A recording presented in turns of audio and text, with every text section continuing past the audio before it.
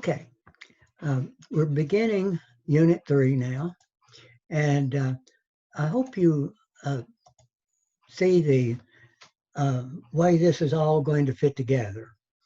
And we're looking now, we've already kind of talked about some of the shapes of molecules. I told you the other day using the VSEPR notation. When we look at the number of things attached to the central atom, we can get a basic shape for each atom. Like I told you, if 2 things are attached, it's linear. If 3, it's trigonoplanar. 4, it's tetrahedral, so forth. We're going to go into these in more detail. But the question comes up, since we used the atomic orbitals from hydrogen, I wonder if we could use those atomic orbitals to also predict the shape that molecules have. And we can. It's in a process called hybridization. Now, hybridization, I come from a farm background. So when you talk about hybrid corn, what you mean is that you've taken a couple of good types of corn that have really good characteristics. Maybe one of them has a really big ear in it, and maybe the other one has 2 ears on a stalk. And you breed those together or mix the pollens together on them and create a new hybrid. And almost all farmers grow hybrid corn rather than the corn that they gather the year before that's been open pollinated. So it's a way to improve, just to improve on a species that you're trying to grow, and you're depending on a process of evolution for that to happen. You do selective breeding, and you select the ones that have the characteristics you want. And that's perfectly legitimate and valid. That does happen. I always like to tell stories when I teach, and I don't know whether you appreciate them or not, but they're fun to me. I grew a really big garden at home. And sometimes almost a whole field of watermelons, acre or something in that range, maybe slightly less than an acre in many cases. But anyhow, I grew a lot of different things, and I grew cantaloupe, and I really had pre-selected till I got a very good cantaloupe. Year after year, I picked the one with the very best seed and very best taste, and size and all of that. So I had some really good cantaloupe. My grandfather before me, literally, you won't believe it, but literally, I have seen watermelons that he grew well over 50 pounds. Really nice and big watermelons, thin rind, sweet, good tasting. But he'd been doing that for maybe 50 years before. And he had selected the best ones. And for me growing up, it meant when Papa picks out his seed melon on a plant, don't you dare go near it. You eat that watermelon, and he's going to take you to the woodshed. So he had selected some really good watermelon seeds, watermelons over the years, and actually evolved out the best watermelons I've ever tasted. I know, of course, that's what all old people tell you. But anyhow, I decided I was going to see if I could grow honeydew. I like honeydew. I didn't know whether they would grow in this climate or not. So I decided to try it. And yeah, they grow well here. And well, this was in Kentucky, but same climate. So I put out a row of seeds of a honeydew that I got from the market. Best one I thought would be the best, and it was good. So I planted the seeds in a row, and I didn't think about it very much, except I knew better than put cantaloupe or anything like that near my cucumbers. They will mix, and they ruin each other. I mean, now you can't get a good mixture between a cantaloupe and a cucumber. So I kept them pretty far apart. But I put the cantaloupe and the honeydew in the rows next to each other. And of course, their vines intermingled, and I would pick cantaloupe and honeydew both out of the same spot in the garden. Well, it worked out pretty good. So I thought, okay, I'm going to start selecting my best honeydew and see what I can come up with. So the next year, I took some of my seeds from the previous year and planted them, and something unusual happened. I got a lot of things that were clearly cantaloupe and a lot of things that were clearly honeydew, all from the honeydew seed. And the honeydew seed, some of them made a really strange mixture.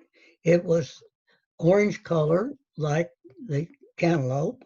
It had a little bit of that string-like variegation on the peel. It had some of that, like you see all over cantaloupe, but they were much bigger than the honeydews, and they had a flavor that was in between them. They had the sweetness of the honeydew, and they had the taste of the cantaloupe. So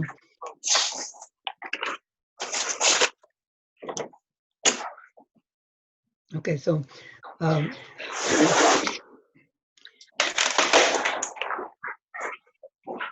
someone's got your mic open.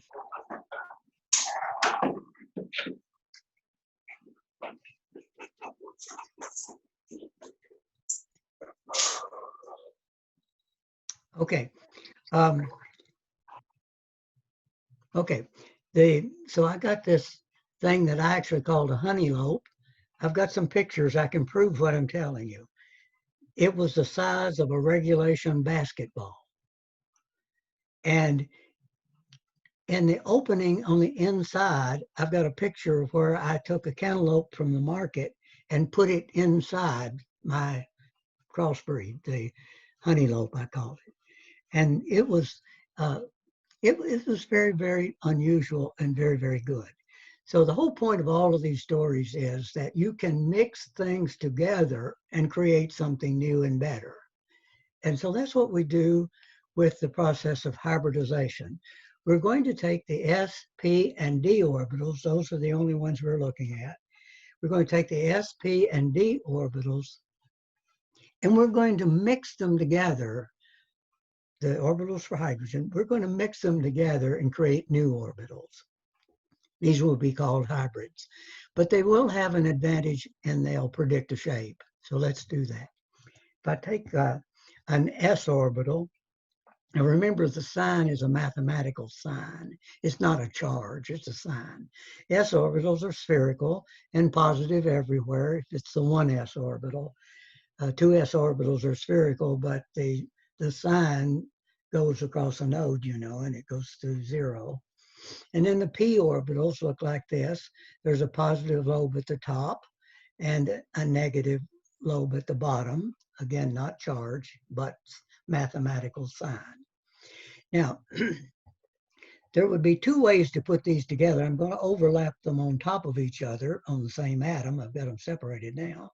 And what I can do, and I've turned them over when I did it, if you imagine taking this positive one and put it over top of this one, whenever two equations that have the same sign are added together, the regions where they're positive, the same sign, will get larger, like this lobe here.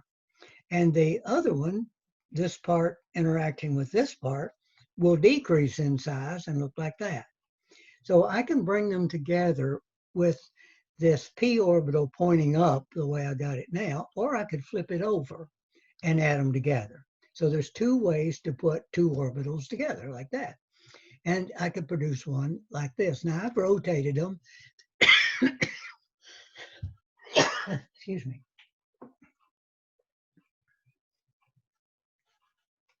I get a lot of sinus drainage in this time of year at night, so it makes me have to cough a little bit. I apologize for that. But now, the point is that the big end of this one and the big end of this one, when they come together, are 180 degrees apart. So you see, if I took this s orbital and this p orbital, I would, one of each, I would get two hybrid orbitals. And when I put them back into three-dimensional space, this is one of them I'm tracing now, and it's pointing, say, to the right. The big globe is to the right. And then I'm tracing the other one now, and it's got the big globe, the positive area, over to the left. But you see, the angle between them is 180 degrees. Just like we argued from electron pair repulsion ideas, that you would minimize repulsions between electrons if you got them as far apart as possible. In case of two pairs of electrons on the central atom, either bonded or not, but if you had two pairs of electrons attached to that central atom, they would want to be 180 degrees apart to get as far apart as they possibly could. And this would be the arrangement of an orbital made of s and p orbitals, and they're 50% each, 50% s, 50% p. So these are called sp hybrid orbitals. So you take an s orbital and a p orbital, you will form two sp hybrids. And so you've got two hybrid orbitals. Any orbital can hold two electrons. One would spin up and one would spin down. So if I'm over here, the s orbital could hold two. The p orbital could hold two. That's four. So this sp hybrid, you do have to have two of them to conserve space for the electrons. There'll be space for four electrons, two in each one of these two orbitals, where the atom X is attached to the central atom A. So I can have two pairs. That would be a single bond between X and A, as we talked about types of bonding before. Now, this molecule, AX2, will be linear because it will choose these hybrid orbitals. Now, why would nature do this? Well, you're going to, we've talked about, and I talked about Pearson's law of stuff. Remember? That stuff goes from where it is to where it's not. Energy goes from being concentrated in one place to being dissipated. So when I'm starting to form a bond between two atoms, maybe I could use these individual p orbitals or s orbitals in forming a bond. But you see, they're smaller. So when they bonded, they would release less energy. All the atom has to do is reconfigure those spaces and create the hybrid orbitals.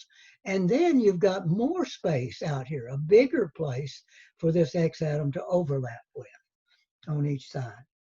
So the nature of building the reaction itself, of the reaction actually happening, causes the atoms to readjust their orbitals to minimize the energy.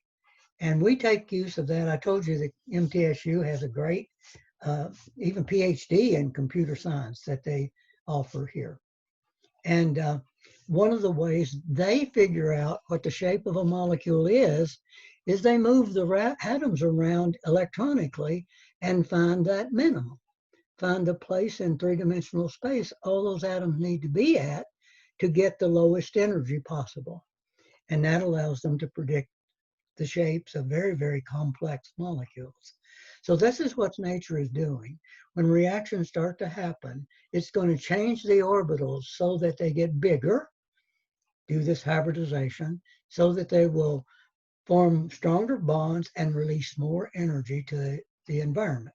Dissipate the energy, take the energy from within the molecule, release it, and dissipate it out into the universe. That stabilizes the molecule that's formed. Now, suppose we took an s orbital and two of the p orbitals. Now, I've got that illustrated here. And you notice that both of these are positive on this side. That might be px and maybe py and pz, I guess is the way we would normally do it, x coming out of the plane. So I've got two of the orbitals, one along the y-axis and one along the no, I guess I should be X, Y, and Z. That'll be best. X and Y axis. It doesn't really matter. But the point is, this side of these two p orbitals is positive, has a positive sign, and this side has a negative sign. So now if I pull this one and lay it on top of them, then I can get a p orbital like that with an sp. This is going to be called an sp2 hybrid, one s and two p's. It's called an sp2. This is one of them. And if I flip one of these p orbitals over and overlap it, then I'll get another one. And if I flip the other one over and react it, I'll get a third one. So if I use 1, 2, 3 atomic orbitals, I get 1, 2, 3 hybrid orbitals. But each of the hybrid orbitals, where I had this region with positive, and this one came over and added to it, it made a big positive lobe on that side and a little negative lobe on that side. That's this one right here. If I put them back together, actually graph them from the computer exactly the way we've done. One s orbital, one and two of the p orbitals, add them together, I get this shape. And as we said, with three things attached to a central atom, we predicted from repulsions it would be a planar triangular structure with a bond angle of 120 degrees. When we do this mathematics in the computer, it predicts exactly 120 degrees between the atoms in the AX3 molecule. So not by minimizing that repulsion that we've already looked at, mathematically we can model what happens in the atom when that occurs by creating these hybrid orbitals and putting them back together. And they do predict exactly the 120-degree angle we expect. This would be one of the s orbitals and two of the p orbitals.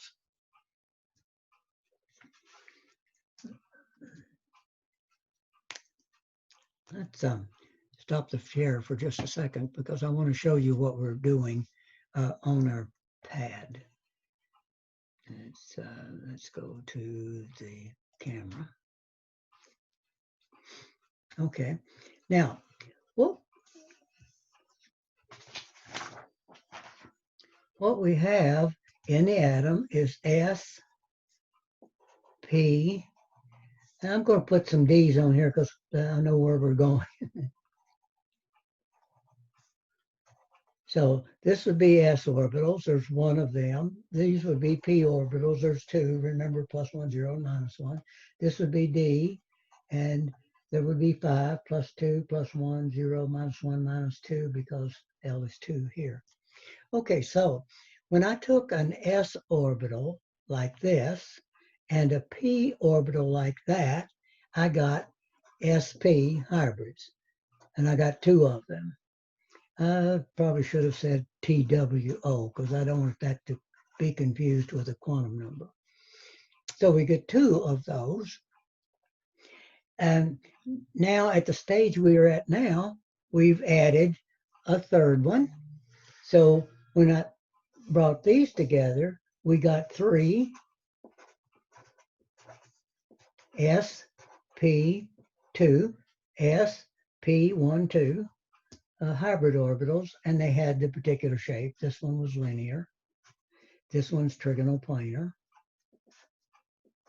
like that. Okay, now let's, I think you can see where we're going with this. I may not break the view again to show that for the others, but you can see what we're doing as we go along. Okay, so this is what we get with the sp3 hybrid.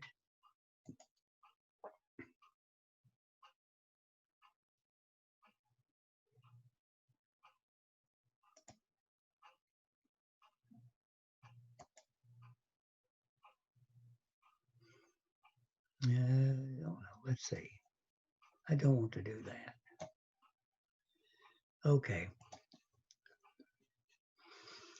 I was going to try something, but I'll do it later. Okay.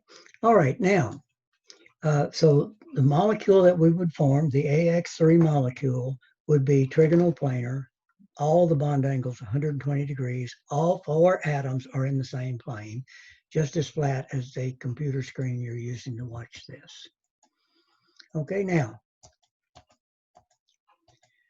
if I've got an s orbital and 3 p orbitals, I've got one along x, one along y, we just looked at, and the one along z. Now, clearly, this is going to give us a 3-dimensional structure. And we're going to get, again, if I just look at the positive lobes together, that will be a spot where they will add together with the s orbital and create hybrid orbitals. I'm not going to try to draw them in perspective 3-dimensional for the orbitals, hybrid orbitals, because it just gets too complex. But each one of them looks just like the ones we had before. They have a big positive lobe and a smaller negative lobe. Okay, now, the bond angle is 109.5 degrees. It's called a tetrahedral angle. If I use 3 atomic orbitals, 1 s and 3 of the p's, I'm using all 3 of them. And you might wonder, well, why don't I put those atoms, those electrons together? Remember, we're forming bonds. And each bond has 1 electron from that central atom, but it has another one from the other atom primarily. And so I'm only going to put 1 electron in each of the orbitals. That could hold 2. S's could hold 2, but we just use 1 s orbital and put 1 electron in it for that bond from the atom A. The other electron that goes into it is going to come from the atom X. And then I've got the same thing with the p orbitals. I'm using 1 of them to create the hybrids. I'm using the whole orbital, but we can put 2 electrons, remember, in every orbital. Like in this structure here, there's 2, 4, 6, 8 electrons around A. It's an octet rule molecule. And the shape we predicted from our repulsion idea, that again, the best place to put 4 things around the central atom is in this tetrahedral shape. It gets those electrons around X as far apart as they can get in 3-dimensional space. And that is a tetrahedral structure. Carbon, by the way, bonds in this structure for a lot, if not the majority of its compounds. It's going to have this shape. It's called a tetrahedron. And this one now is 3-dimensional. If I were to draw a model of it, 3 of these X's could be on the table, 120 degrees apart. The 4th one would be right up on top of it. And it's called a tetrahedron. Tetra means 4, hedron means sides. It's, as you look at it now, it's sitting on one of its faces. These 3 X atoms are all in a plane and form a triangle face. And if I took this X atom and put it up here, just rotated it around, these other 3 now would be down here. So there's 4 of these that could be up here. Each one identifies a trigonal plane down here. So there's 4 triangular faces on this structure. The one at the base you can see pretty easily, but there's one right here too. These 3 atoms form one. This one you can see, this one, and this one form one. The other one's a little bit harder to see, but it's this one, and this one form one. I found it a little easier to think about. When I set it up like this, there's one face on the bottom, but I've got 4 different atoms I could put up there. So each one of them has one triangular face at the bottom, and it totals 4. So it's tetrahedron shape.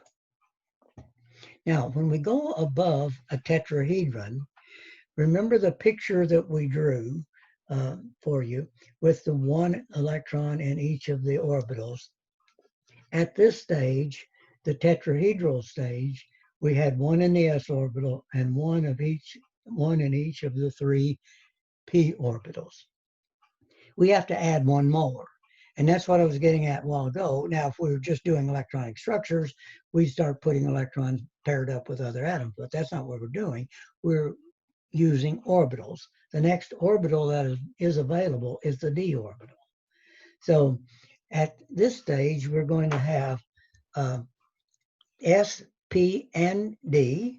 So we're going to have five orbitals, hybrid orbitals, each one with the big positive lobe and the little negative lobe. The big positive lobe is going to be for bonding.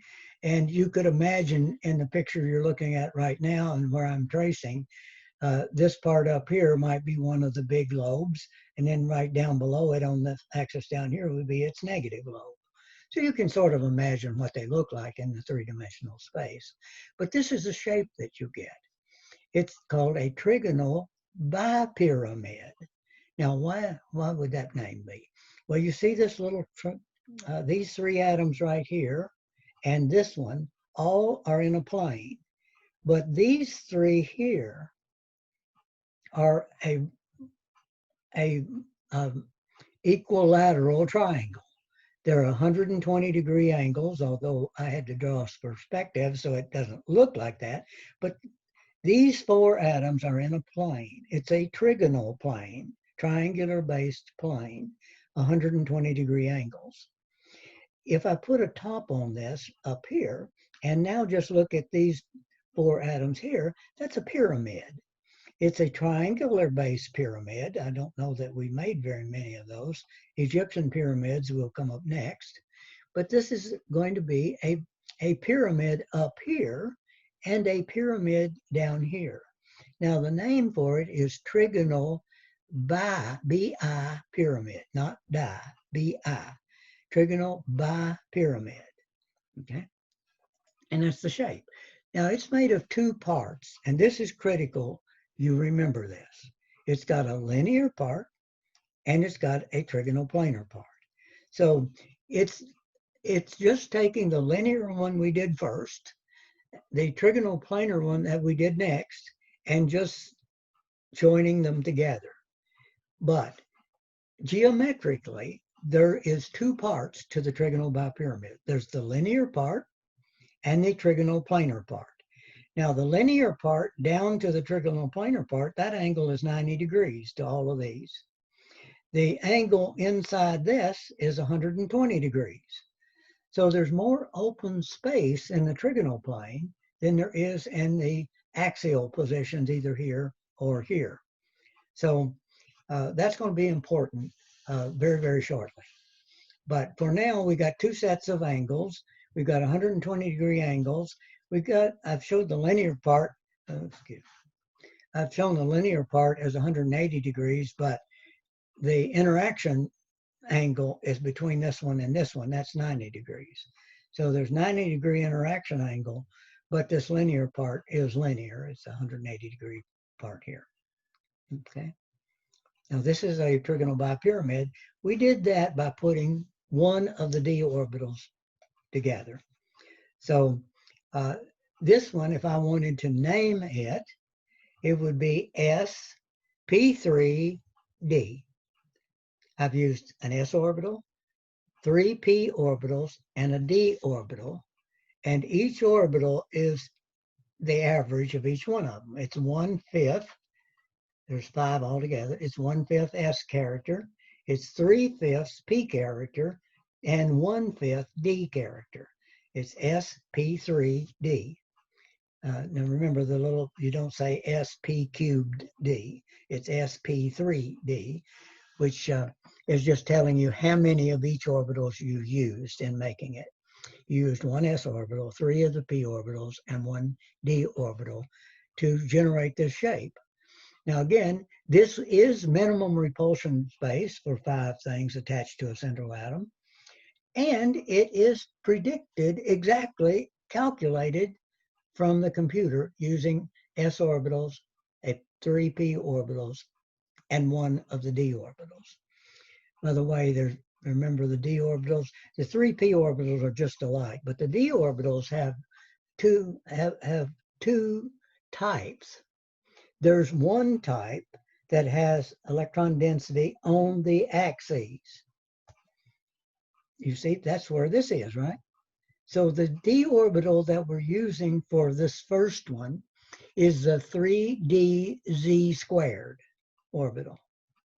The one that we're using for this part that contributes to this part is the 3d x squared minus y squared, if you remember the names of them from way back yonder.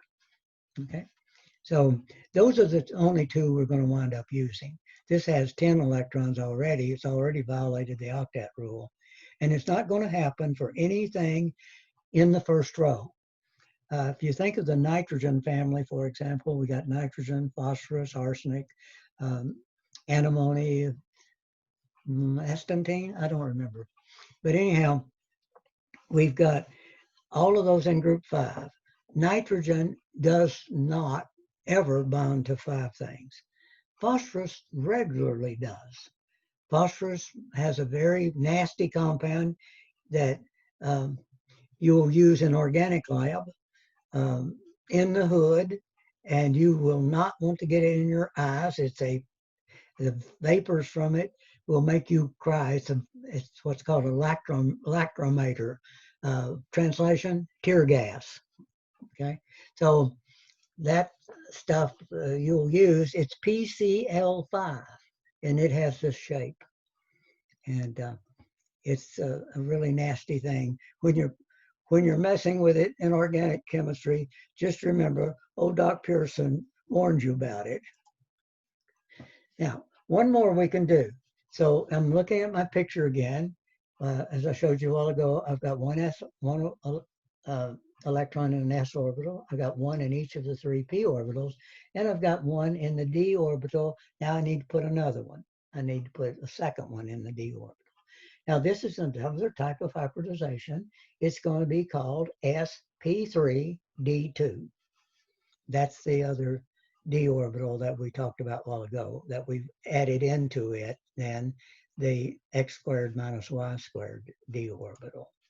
And if you put that all together, now I really want to impress upon you, in the argument, we argued that this would be the best place to minimize the repulsions between these 6 atoms attached to some central atom.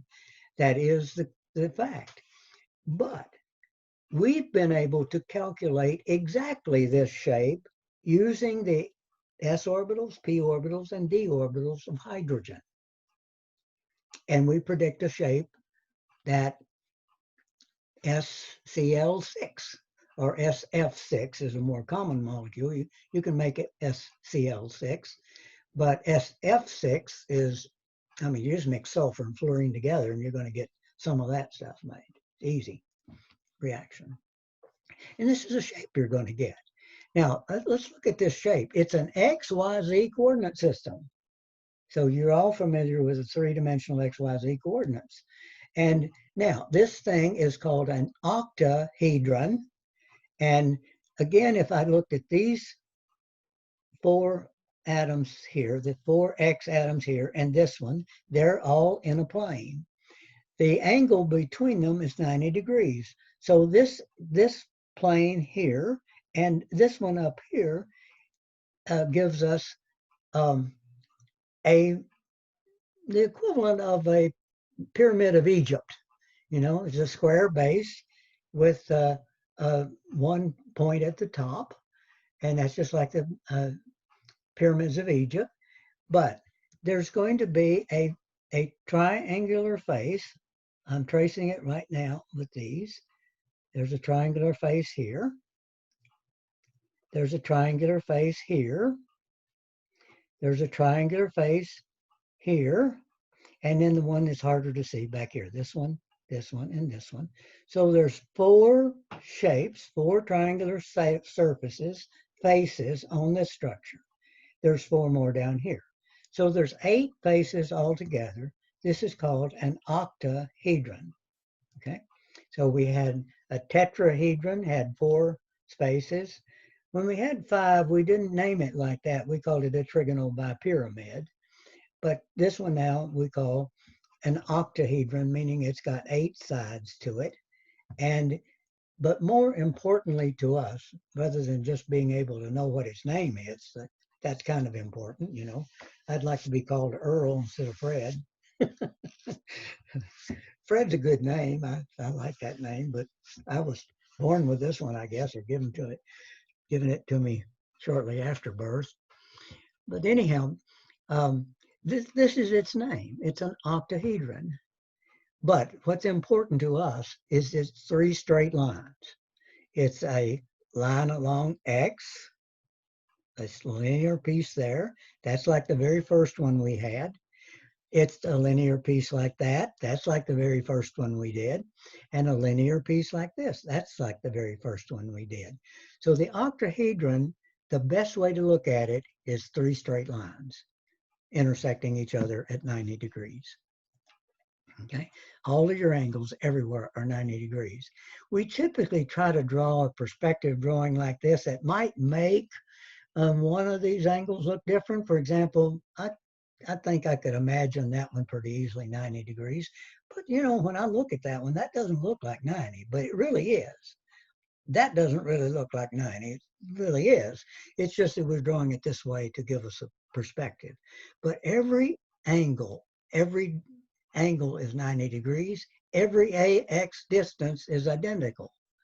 So while I might draw it with this particular X up and this one down, I could easily flip it over and put this one up and this one down, and it would look exactly like you see it now. So it's an extremely symmetrical structure, and one that we can predict exactly. It uses the d orbitals. So to recap, at this particular stage, we have this. So we've got, at this one, we've got S, P, 1, 2, 3, D2. Now, there's 2 ways to write this, and there was for the sp3d as well. Because on many of the atoms, both the 3s and the 3p, let's say if I'm going across 3s and 3p row, the 3d row is on up here. Remember, the 4s fills, before the 3d. But I could use the 3d orbital might not have, or it might have vacancy for at least 2 more electrons. That's all that's required, because we're going to use 2 of the orbitals. And it could have 1 electron already in there, or it could have none in there. They could be brought in from the whole molecule and filled up into this pattern. Either way you want to look at it. But the point is, say if I'm going across 3 row, I could use the 3s, the 3p, and the 3d orbitals. Again, 1 of these and 2 of the 3 of these and 2 of these. Or I could use the 3s, 3p, and 4d. That was probably empty, but I could still use it in building this. And molecules choose. This orbital is bigger than this one. So for example, if I'm going to bring some big atom into a central atom, then it's probably going to hybridize this way and use those outside d orbitals. But if it's binding to something very, very tightly, it will want to use the smaller orbital. And if it's available, it'll use the 3d orbital. So the way we represent that, the one I'm showing you here uses the bigger orbitals with the d on the outside. If I wanted to write it the other way, I'd write D2 sp3, and that would be this one. I'm using the smaller d orbitals going from the smallest I'm using 3D, 3S, and 3P, or I'm using 3S, 3P, and 4D in this one. And you might say, well, what's important to that? Is that something to think about or memorize or learn for a test? I've been there. I know. Okay. Actually, it is important. It's absolutely life and death important. Now I got your attention, huh? Your hemoglobin inside your body is a huge globular protein. Uh, Inside that big globular protein, there are spaces, 4 different spots in there where there is an iron plus 2 ion stuck on, chemically bound to that big globular protein. And as it attaches itself to the protein and the stuff around it, that protein kind of, think of a big mush. As that iron atom bonds, it's pulling these pieces together, pulling them in tighter. And if it uses this outside set of d orbitals, it'll make a big cavity. So when the iron plus 2 binds, it binds 5 of its sites, has 6. It binds 5 of those sites to the protein and the stuff immediately around it. It's called a heme group, Heme group. But when it binds itself into 5 spots there and leaves the fifth one, with a water molecule stuck onto it. It only sticks onto the water lightly, so it binds loosely, and the cavity is open. That water molecule can come on and go off and slide out through it like a tube that's inside that globular protein. So there's a big globular protein. There's a little well that goes down to the iron plus 2, and stuff can go in and out. So if I've got hemoglobin, let's say, and it had water molecules stuck to that iron atom, when that hemoglobin gets pumped into my lung, the concentration of oxygen in the lung is higher than the concentration of oxygen on the hemoglobin or attached to the iron. Now, what did I tell you? Stuff goes from where it is to where it's not. So the oxygen stuff that's in high concentration in the little alveoli sacs in your lung, the oxygen then penetrates into the hemoglobin, goes down the little well, and sticks itself to the iron. And now the oxygen, which is highly reactive and would do you harm, it's now sequestered and held onto the iron and can't do you any harm. In fact, it does you quite good. So that because the next time your heart pumps, it pushes that blood out into your body. So when you're moving muscles and doing stuff like that, what's it doing? Well, the oxygen that's in the hemoglobin is at a higher concentration than the oxygen in the cells and the muscles that's doing the movement. It's using up the oxygen to eventually combust and, or well, oxidize is a better word. It's not going to catch you on fire, but it oxidizes then the food that's available to that muscle, produces carbon dioxide and uses up the oxygen. So the oxygen in that concentration is lower in that cell, muscle cell, it's lower than it is on the hemoglobin. What did I tell you? Stuff goes from where it is to where it's not. The oxygen stuff that's at a higher concentration on the hemoglobin moves over into the muscle cell where its concentration is lower. That's just a natural flow. That's the way it happens. No magic. That's just the way it happens. Natural flow. Pearson's law of stuff. Okay. Now, what's happening in there? The muscle is using up the oxygen, converting to CO2. The carbon dioxide in the muscle cell is higher than it is on the hemoglobin. Guess what happens? The carbon dioxide comes in, flows down the little well, attaches itself to the iron atom in the hemoglobin. To your next pump of your heart, 2 or 3 pumps later, it's going to be back to your lung.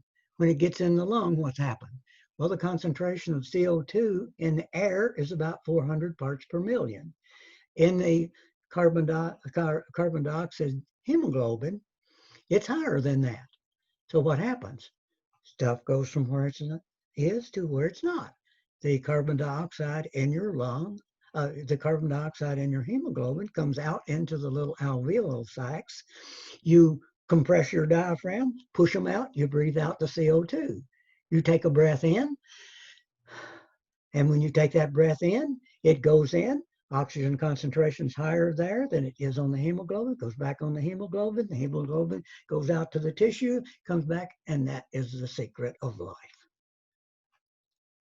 It's all understandable. All we're watching for is the natural flow of material from high concentration to low.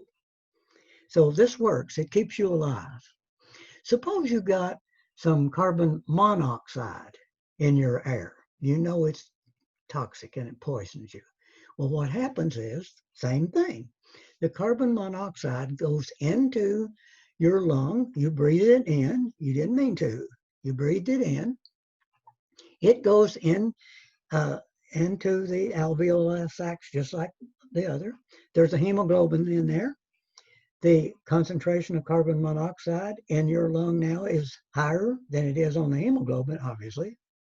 So it penetrates that little well, goes down and attaches itself to the iron. Now, here's the bad news. Carbon monoxide forms extremely strong bonds with iron +2. So strong that all the bonds in that little heme group around the iron shrink. How does it do that? It switches over to the other hybridization. It switches over to the inner hybridization. The bonds formed are stronger and shorter, and that closes up the cavity. So that big well, that you had to transport oxygen and carbon dioxide now is shut off. So that hemoglobin is totally ineffective. And if you get enough of your hemoglobin as carboxyhemoglobin, by the way, it's bright blue instead of red. When you get enough of that carboxyhemoglobin in your blood, you'll suffocate and die from that. That's how it kills you. Now, if they find you soon enough, there is a way around it, but it's very, very difficult to do. There's no medicine they can poke down you that I know of that will make this happen.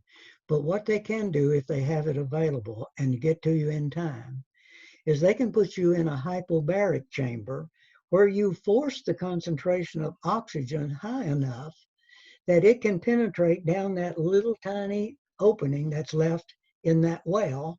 And once it gets in there, it can displace the CO2 off and replace it with carbon monoxide. And if you get enough, if you get in the hypobaric chamber enough and they keep you on a respirator to force your breathing, you might survive it. Most of the time, you don't have the several minutes. In fact, if they got you in a hypobaric chamber, they'd probably keep you there for several hours before it would be safe for you to come out and breathe normal pressures. So this, when I told you that this stuff is life and death, I meant it.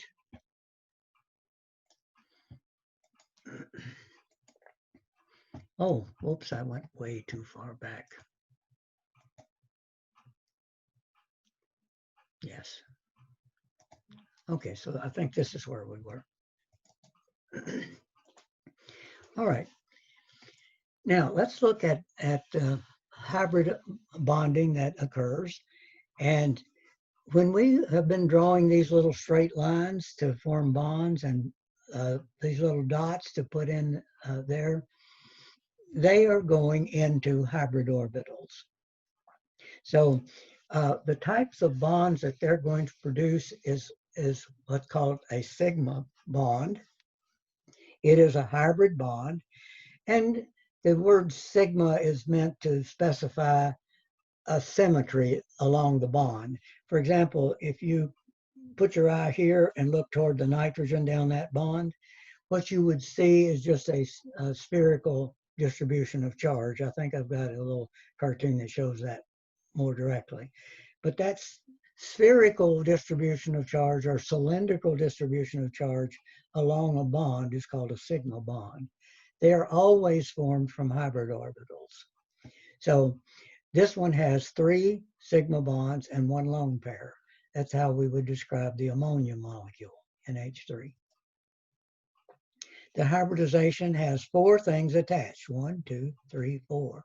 There are 4 pairs of electrons. I just make these straight lines to emphasize the bonding between the two. But that straight line is a pair of electrons just like that pair. The only difference between this pair and this pair is this one, both of these electrons started out on nitrogen. But in this pair of electrons, one of them started out on nitrogen, but the other one started out on hydrogen to make up that pair. So it's a shared pair of electrons that create that bond, and that's a single covalent bond. For our descriptions here, it's a hybrid or sigma bond made of hybrid orbitals.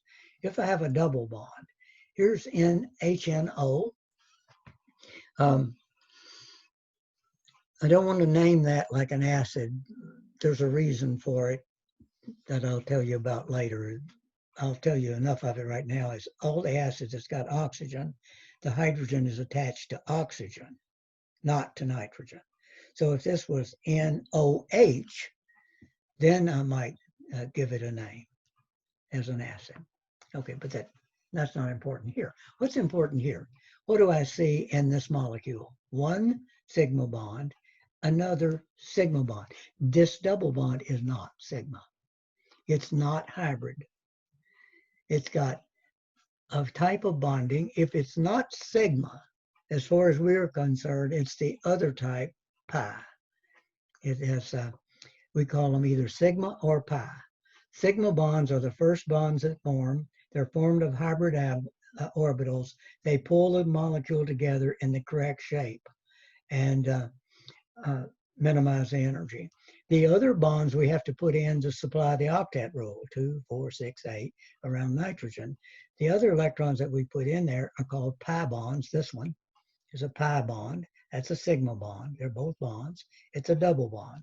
A double bond is 1 sigma and 1 pi. And then we've got lone pairs here. So the nitrogen has 2 sigmas and 1 lone pair. The oxygen has 1 sigma and 2 lone pairs. The other bond is what we're going to call a pi bond later on. Now, just looking at the non-bonded pairs and the sigma bonds, that tells us the hybridization the atom is going to use and the shape that this end is going to be in. We had 1, 2, 3. 1, 2 sigmas and 1 lone pair. That's 3. The type of hybrid is sp2. And if you look back at your notes, sp2 is trigonal planar. So this angle from that pair of electrons to that nitrogen to that hydrogen, that's 120 degrees. From that hydrogen through this angle to oxygen is 120 degrees. I've pointed out this angle with the lone pairs, but typically we're only interested in the angle of the atoms that make up a molecule. The lone pairs influence that, causes the hybridization to be what it is, to give it this shape, but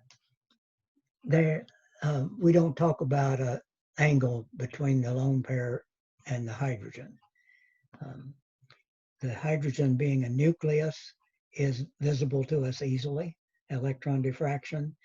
The lone pair is visible to us.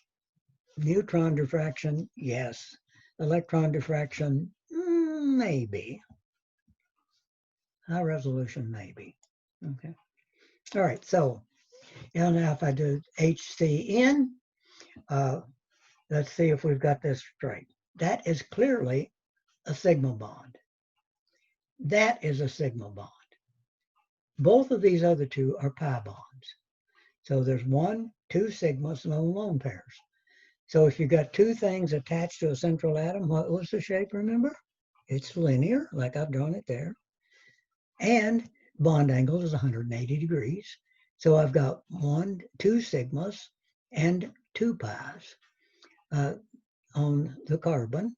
And I've got 1 sigma and 2 pi's on the nitrogen. And carbon had no lone pairs.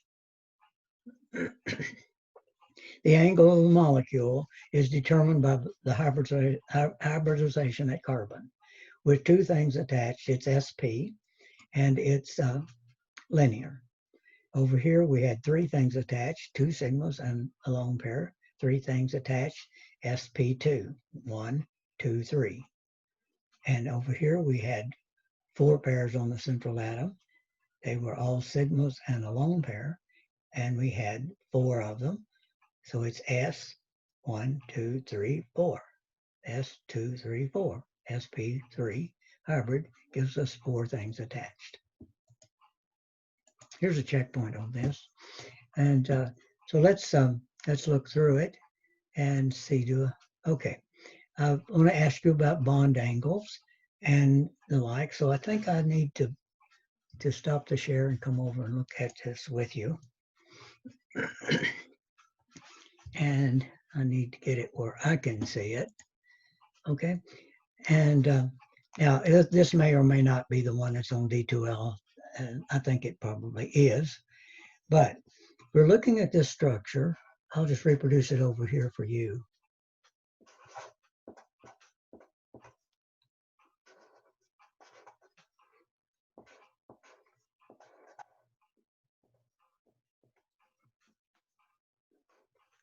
And by the way, this is like a typewriter structure.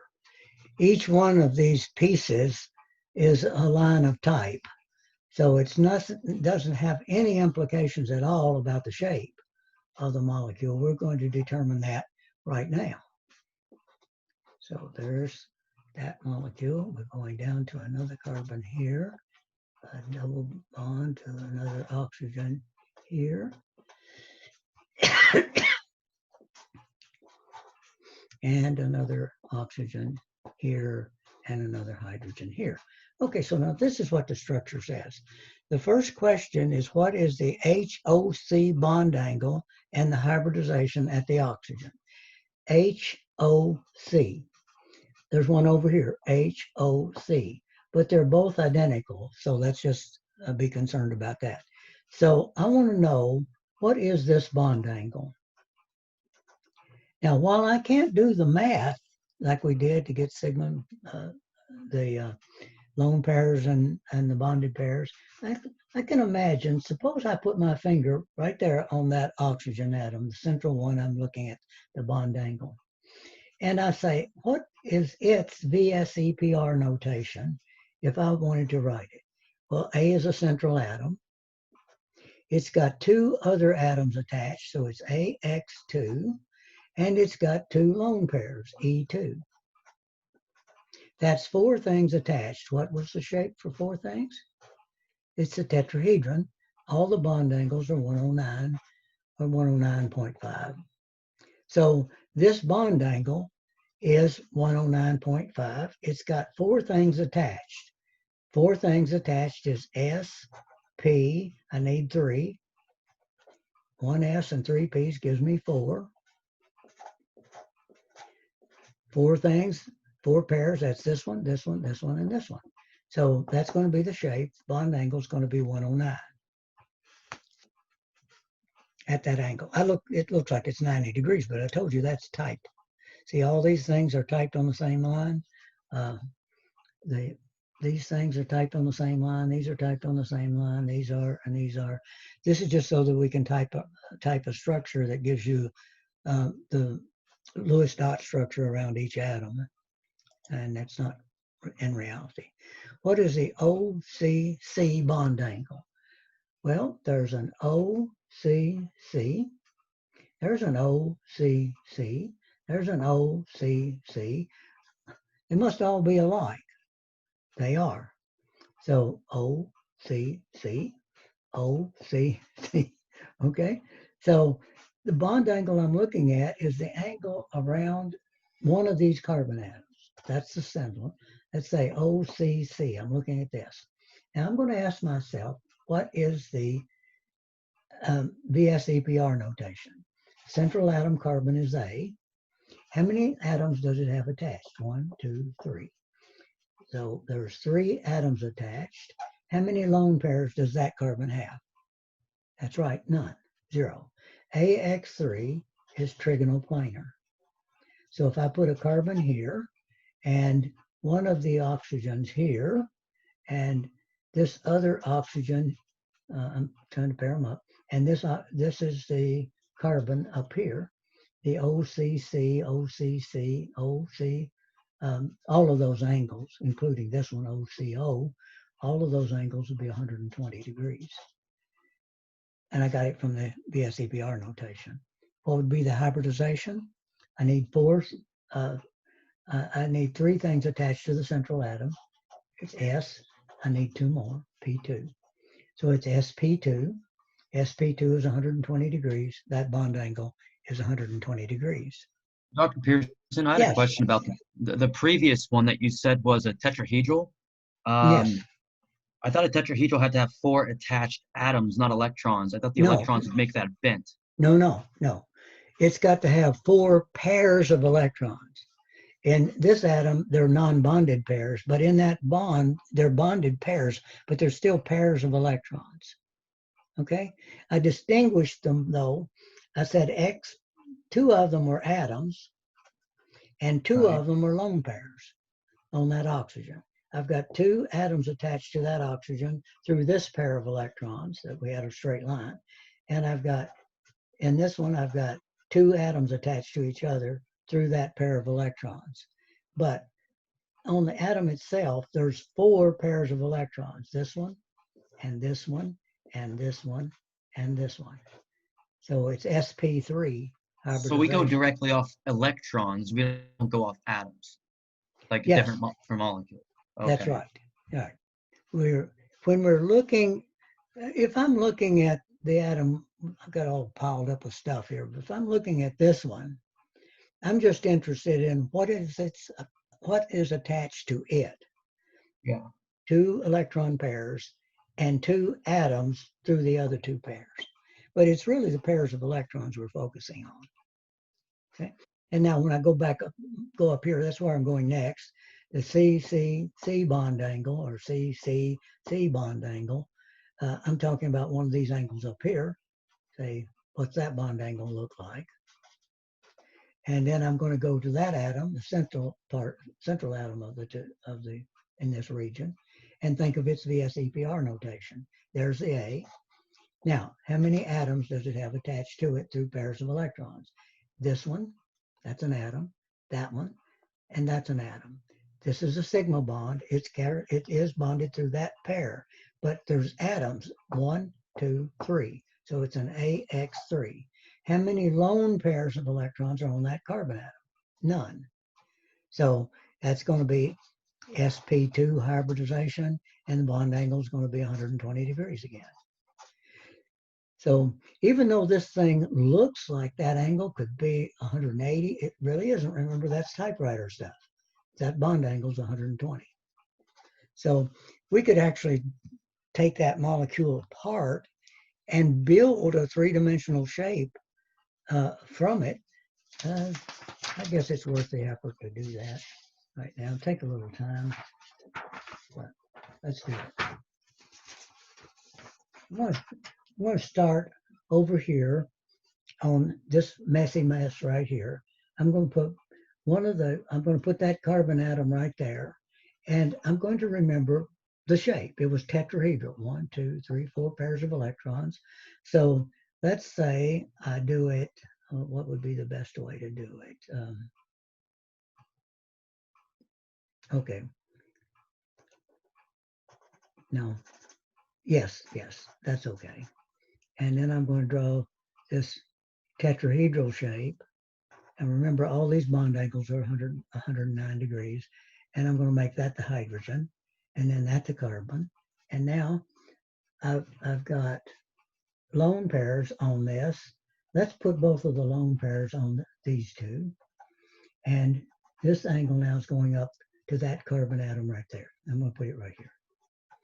And this angle is 109 degrees. Okay, so far I've got all three of these atoms in a plane. You know, I've got this pair of electrons above the paper and that pair of electrons behind the paper. Now let's go to this carbon atom. And what did we get for it? We got a trigonal planar shape like this.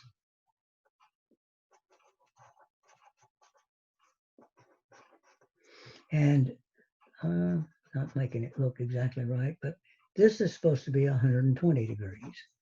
And I've still got all those atoms together. Let's put the hydrogen right there. And now I'm going from that carbon to the other carbon across over there. So I'm going to put that carbon over there. And so far, I've still got all the atoms in a line, don't I, in the plane. This one, this one, this one, and this one is in the plane. That's going to be a 120 degree angle. Of course, that's 120. Now I get to this one, and this one is that one way up there. And it's a 120 degree angle, like that. And the carbon is attached to a hydrogen. I'm going to put that hydrogen right there. And it's attached to another carbon. And I'm going to put it right there. So I'm looking at carbon, carbon, carbon, and that hydrogen. And now I'm looking at this carbon here. Now this carbon, we said, is a 120 degree angle also. So it's like that.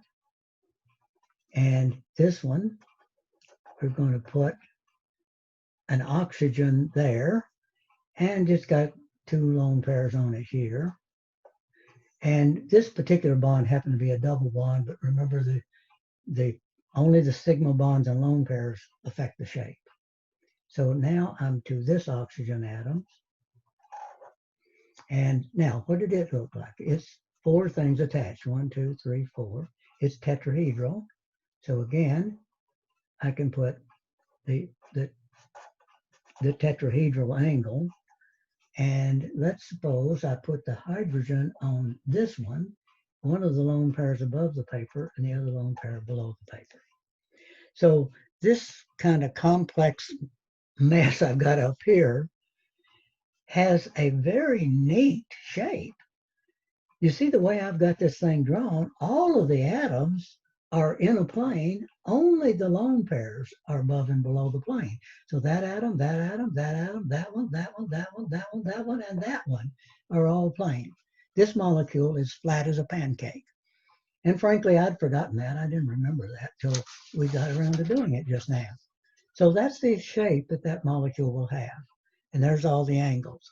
The neat thing about this is, see, we took a fairly complex molecule and we could figure out the three-dimensional shape for the molecule. And we learned together that this one, I forgot to put my double bond in here. Nope, that's wrong. I've done something wrong somewhere. Oh, I put the double bond in the wrong place. There's where it is. Yes. Okay, now that makes sense. Now I've got a double bond on that carbon atom. I've got a single bond to this carbon atom, and so forth. So I still managed to make it messy again. But you can see you've got a very complex molecule. And by taking the VSEPR notation and the hybridization ideas, we can imagine the entire shape of that molecule and learn something about it that's important. Okay, all right, so that should be enough of that. Now, let's take about, I don't know, it's about 7 minutes. Let's do 9:55. Need to take a break and get another sip of my coffee.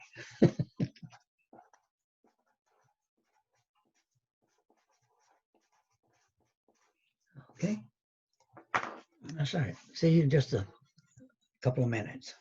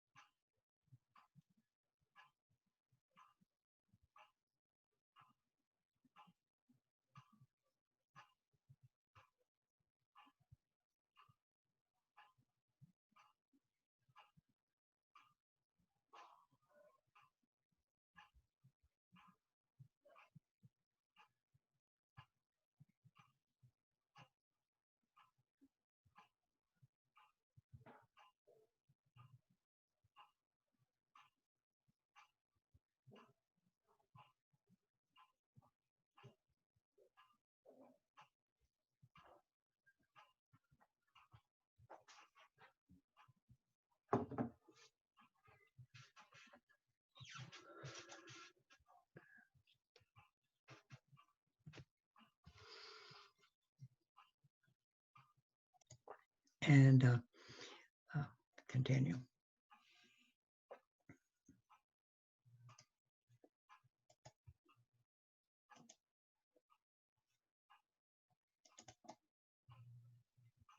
Okay, now we can tell the number of covalent bonds, and then we've predicted from the periodic table already the type of ionic bonding you could have. For example, if it's a group 1A element, like sodium, it's going to have a +1 charge in all of its compounds. But technically, you could think of that forming one bond to other things. Now, hydrogen on our periodic tables typically is in group 1, and it does form one covalent bond with everything. HCl, for example, or in the water case we just did, H2O, there's one connection between hydrogen and oxygen in the water molecule. Okay, so group 1 would have one bonded pair if it's covalency. The only one that does that very much is hydrogen in group 1. Again, it's sort of artificially put there. It could be either group 1 or group 7 for hydrogen. And you're going to see that that would be equivalent for bonding anyhow. So group 1 will have one bond and no lone pairs attached to it. In group 2, you can form two bonds. Remember, beryllium is in group 2. It could form a +2 ion, but it could also be covalently bonded. If it does that, if beryllium reacts with oxygen, it's probably going to make an ionic bond. But if beryllium could react with chlorine, for example, I think it can, it'll form BeCl2. Now, it'll have two bonds and no lone pairs. It's having two bonds and no lone pairs means it's not going to be octet. It's not an octet rule molecule because it's only got 4 pairs of electrons. Two bonds is 4 electrons. So it's only got 4 electrons, not 8. But it's going to have one bond. That's the same as the group number. When we go to group 3, see the similar thing. We have 3 bonds and no lone pairs. So if we did boron, BCl3 is easily made. React the elements together, I think you can get that. So BCl3 does form, and it forms 3 bonds. 3 bonds attached to each other is what shape? Trigonoplanar. That's right. It's not going to be octet. It's going to only have it's only going to have 3 bonds around it. But now that you brought it up,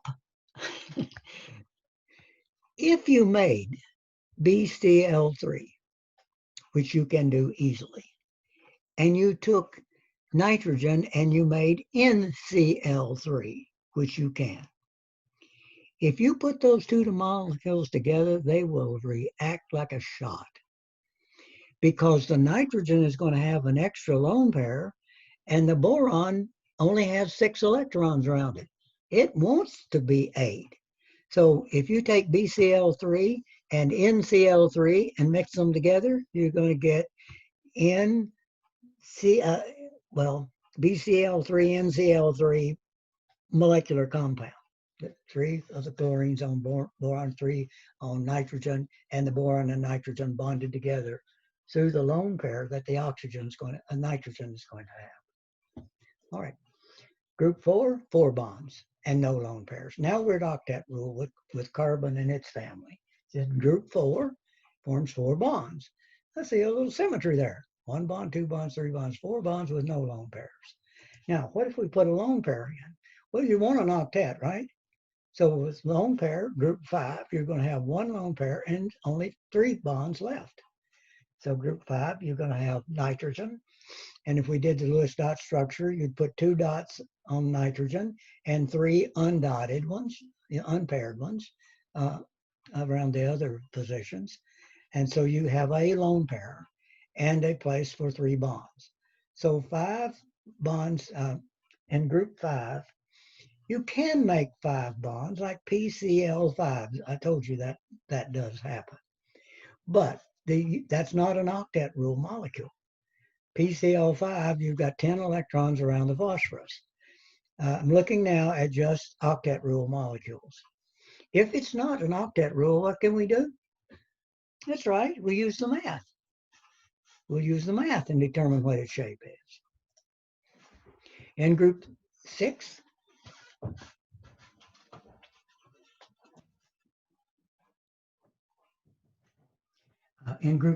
we're going to have 2 bonds and 2 lone pairs.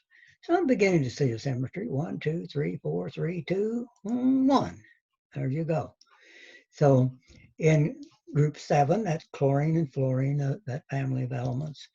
They all form only 1 bond. Now up here, if I had hydrogen, it forms 1 bond. Fluorine or chlorine, let's say chlorine, forms 1 bond. So hydrogen bonds with 1 chlorine to make, that's right, HCl, hydrochloric acid. And this is what the valence bond theory would give us for the bonding in lone pairs, just going across the periodic chart. And group 8, we say no bonds and 4 lone pairs because it doesn't typically form bonds. It doesn't form any octet rule bonds except when you do the math. Sometimes we can do the math and we can get, for example, xenon dioxide, ZnO2, can be made. You make xenon tetrafluoride, which reacts by itself.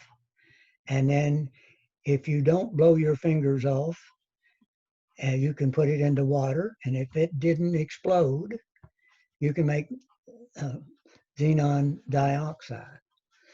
And it's a compound of the noble gases.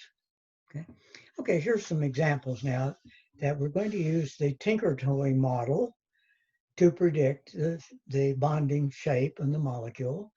And so I've got 2 carbons, 6 hydrogens, and an oxygen. These are the pieces that make it up. And I think I've already showed you this. Yes, I have. This is ethanol, and this is dimethyl ether. And we build it from these parts, and they're called isomers. Okay, now let's look at the bonding in more detail again. Suppose I brought 2 s orbitals together. They're spheres. Now, I'm talking about not on the same atom, but from 2 different atoms. So this is an s orbital on 1 atom. Its nucleus is where I've got my little arrow on your screen. And the other atom is over here, and its nucleus is where I've got my little arrow on the screen. This highlighted region in the middle is the overlap region of the 2. And the more they overlap, the stronger the bond is between atom A here and atom B here. So this little area of overlap gives us the strength of the bond, because an electron that's in this volume in here is in this outside orbital over here and attracted to this nucleus, but it's also in this orbital and attracted to this nucleus. So if I've got some electrons in here, that is simultaneously being attracted to both centers. So if you've got these 2 atoms attached to the same thing, they're both being pulled by the same thing, they're going to pull the 2 atoms together. That's sort of a visual of what the bond strength looks like. If it's a lot of overlap, it's a strong bond. If it's a little bit of overlap, it's a weaker bond. And you can imagine if I pull these apart a little bit and made the overlap less to make the weaker bond is longer than the strong bond. Strong bond is going to have them pull together so that this overlap is large, and it'll have a short bond. Okay. So now this is called a sigma bond because I'm imagining rotating it now. And I'll keep rotating it till I'm looking right down the axis between A and B. And I see a cylinder of charge. It sort of looks like an s orbital that's been dissected, but you remember it's coming in and out of the screen you're looking at now. And it's a cylinder of charge that's symmetrical around the axis. And that is called a sigma bond. Now, suppose I put an s orbital on this atom and the p orbital on this atom. There's the nucleus of the atom with the s orbital bonding, and there's the nucleus of the p orbital with that particular atom bonding.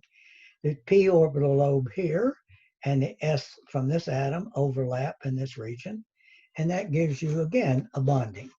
And again, the bigger the overlap, larger volume of overlap, the stronger the bond. And again, if I look at it though, and look down the axis, and keep rotating till I'm looking down the p orbital, right down the axis between atom A and B, and I see the same thing I saw over there. I see a cylinder of charge. I remember the little two lobes of the p orbital were separated by that a node, but I'm looking through that whole region, so I'm not seeing that node in the p orbital. All I'm seeing is a cylinder of charge all the way down. We've already learned that's okay because the s and p are going to mix together to make a hybrid orbital anyhow, and it's going to be same cylinder of charge down the two atoms. Okay, now I can put two p orbitals together also in a sigma bond arrangement. This is the p orbital on one of the atoms, its nucleus is here. This is a p orbital on the other atom, and its nucleus is here. The two p orbitals can overlap this way.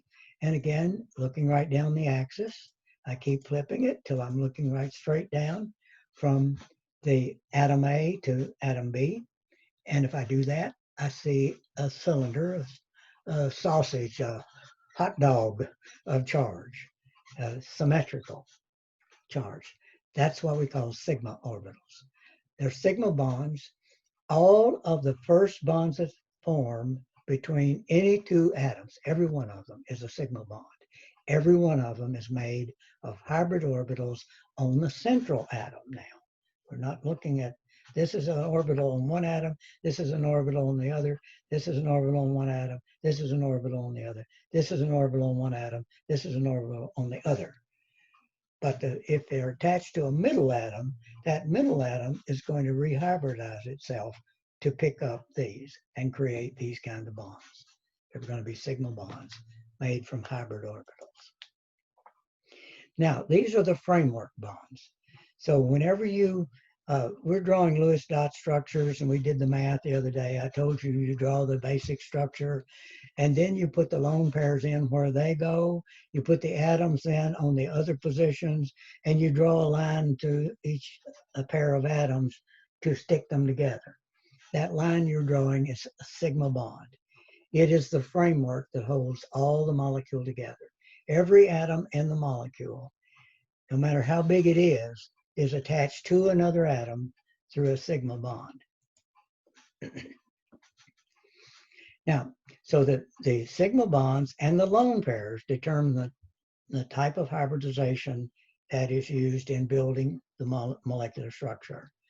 And we've talked about that a good deal in the previous lesson or before the break. Okay, now, suppose you don't use all of the orbitals on A to make that sigma bond. Maybe you've got some p orbitals still left over. Remember, to make this sigma bond, we're going to use s orbitals and p orbitals to create a hybrid orbital around A that bonds with s orbitals and p orbitals that create the hybrid bond along AB. So this sigma bond is formed by the best shape these two atoms can take to make this bond the strongest. But you might not have used all of the s orbitals, all of the p orbitals to do that. Suppose you had one left over on A and one left over on B. Well, when that occurs, now you've still got a region of overlap up there where this piece of the p orbital and that piece of the other p orbital can overlap. Got a region down below where the p orbital on this electron and the p orbital on this atom and this atom overlap. And this overlap region is a region of volume where if electrons are here, they can be attracted to this nucleus through that orbital or to this nucleus through this orbital. And so that overlap region gives us a bond. It's made of two parts. There's a piece up here and a piece down here. but it is a single, what we call pi bond. Now let's look at what it looks like if you start looking down the axis. Now I'm rotating things, I'm rotating it more, I rotate it more, rotate it more, till I'm looking right down from B to A. Now you see what I see? I see a region of electron density above and below the plane. It's not surprising. That's the way it was in the p orbitals that weren't used. So I'm just looking down through there, but their overlap region still is made of two parts. Now this piece right here is called a pi bond. It has, just like p orbitals have a region here and a lobe here, that those two lobes made a single p orbital. These two overlap regions make a single pi bond. So the signal bond is the one that we can't see. It's down buried between A and B. That was the signal bond made from hybrid orbitals. These p orbitals were leftover p orbitals that had electrons in them, had one electron in them, but it wasn't used in making the bond. I didn't need it to create the three-dimensional shape I needed in the bonding between A and B. Okay, so this is a pi bond. That's what it looks like. Now, if I used one of the p orbitals to make a hybrid orbital, and I have the other two p orbitals left over on each atom, then I can make a double bond like this one. That's the one we just looked at and rotated and looked down. But I can also make the one that's at right angles to it. Now, I didn't show the rest of the orbital here because you're going to, I didn't want to put these four lobes over here and get all of that messed up there. I'm looking at the orbital overlap region anyhow. So this is one of the pi bonds, this piece and this piece. This is the other one at right angles to it. And so this one would have one sigma and two pi bonds. Most striking example of this is a molecule called benzene. You'll study about that very early in organic chemistry. It's a really foundational story, and I won't steal the thunder of your organic teacher about the wild dream that Kekulé came up with when he figured out that benzene was a ring structure. All I got to say is you can ask your professor what he was smoking before he went to bed. Okay. All right. But anyhow, this would be the valence bond picture for benzene. It's got 6 carbon atoms in a perfectly hexagonal shape. Now, aside, would we predict that? What's the VSEPR notation for this one? AX3. What's AX3? 120-degree angles. So that angle right there would be 120. That one would be 120. That one would be 120. That one would be 120. And that one would be 120. But you can draw 2 resonance structures for benzene. Instead of this bond being long and this one being short, I can draw a structure that has this one short and this one long. Just move that pair of electrons around the ring and you get this one. That's what we call resonance. When you move electron density around a ring, that stabilizes the molecule. Okay, let's talk about Pearson's law of stuff again. There's electron stuff in high concentration in these positions around the ring. What should electron stuff do? It should distribute itself around the ring because it can go from where it is, extra density here, to where it's not, extra density here. And the same thing would be true. I could look at this one and say, okay, what would this guy like to do? It would like to dissipate that extra electron density here or here, just like it is over here. But the real structure, what is it? Is it this one or is it this one? I can tell you the real structure of benzene is a perfect hexagon. There's no long bonds and short bonds. Now let's look at our picture and see why. Sometimes in our organic chemistry, now here's what I've done. All of these points down here are the carbon atoms. I've left off the hydrogens. They're just sticking out from the ring in 6 different places. But in the first picture, I had a double bond up here at the top, and then I had a single bond, then a double bond, and then a single bond, then a double bond, and a single bond, back to a double bond. That's the way I had it in the first picture. I imagined this p orbital overlapping with this one to create one of these hybrid orbitals up here. If I'm looking at this one to get the double bond here, I imagine this p orbital and this p orbital to overlap together to create that double bond. Then I had a single bond, double bond. Don't you see though? If I look at this, I just imagine all of them overlapping with each other. All of them overlapping with each other. Then I predict exactly what we see. We see a perfect hexagon with only electron density above and below the plane like that. And instead of drawing single, double, single, double, single, double, I just imagine what the overlap region would look like when viewed like this in 3 dimensions. It would be a ring of electron density above and a ring of electron density below. That ring would carry the 3 pairs of electrons that made double bonds. So there would be 6 electrons in this ring somewhere at equal distance everywhere around the ring. So I'm going to have this kind of structure. Now, what would you imagine this would give properties like? Remember, electrons repel each other. So if I brought benzene rings together, stacked over each other, they would repel each other, wouldn't they? Imagine taking this, and I'm going to date myself for those of you that don't have a clue what chicken wire is. It's a wire made of little hexagonal pieces all stuck together, in 3 dimensions, so that hexagonal ring is patterned throughout the whole mesh of the wire. That's like a molecule we call graphite. It's benzene rings all fused together in where all of those hexagons are completely stuck together, fused all the way in 3 dimensions as far as the eye can see, or in molecules, until the end of the row of fencing in the chicken wire fence. But what would the properties of this benzene, graphite be?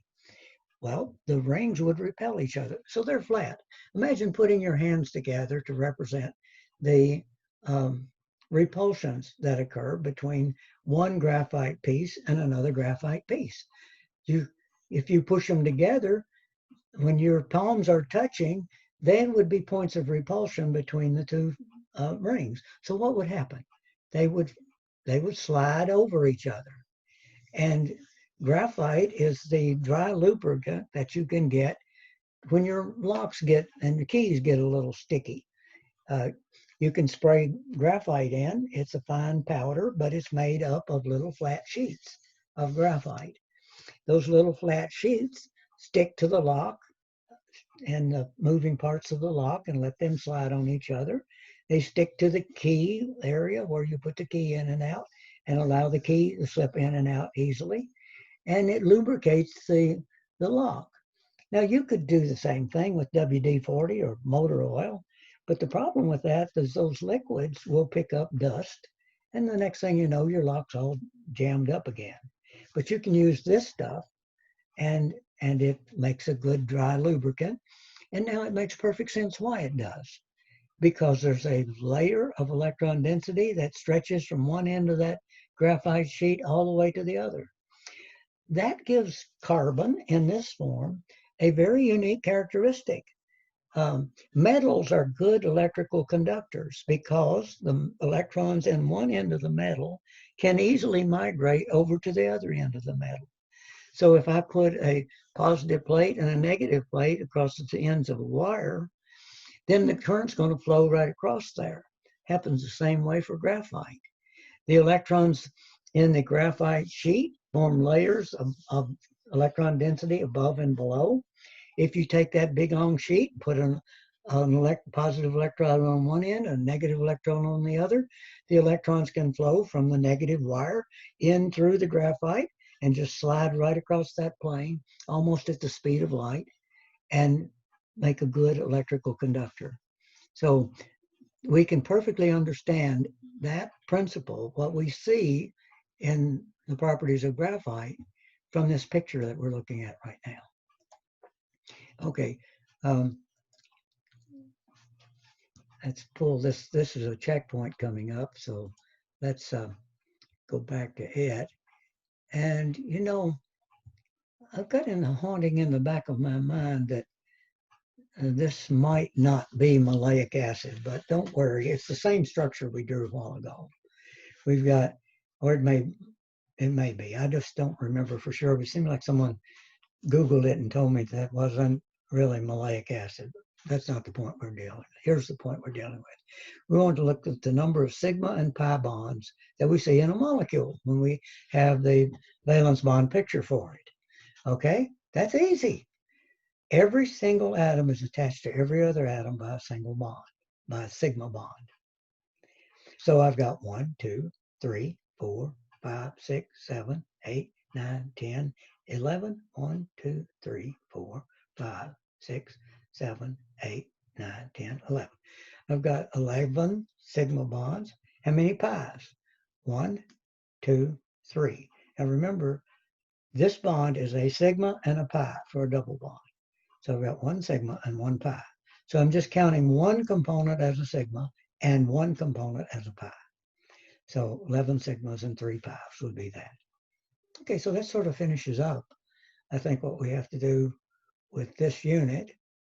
The quiz isn't until Monday, so I'm thinking we're kind of good to go right now. So that's, I think we're on scale and we're doing on schedule. We're doing okay. So let's sort of end lecture here and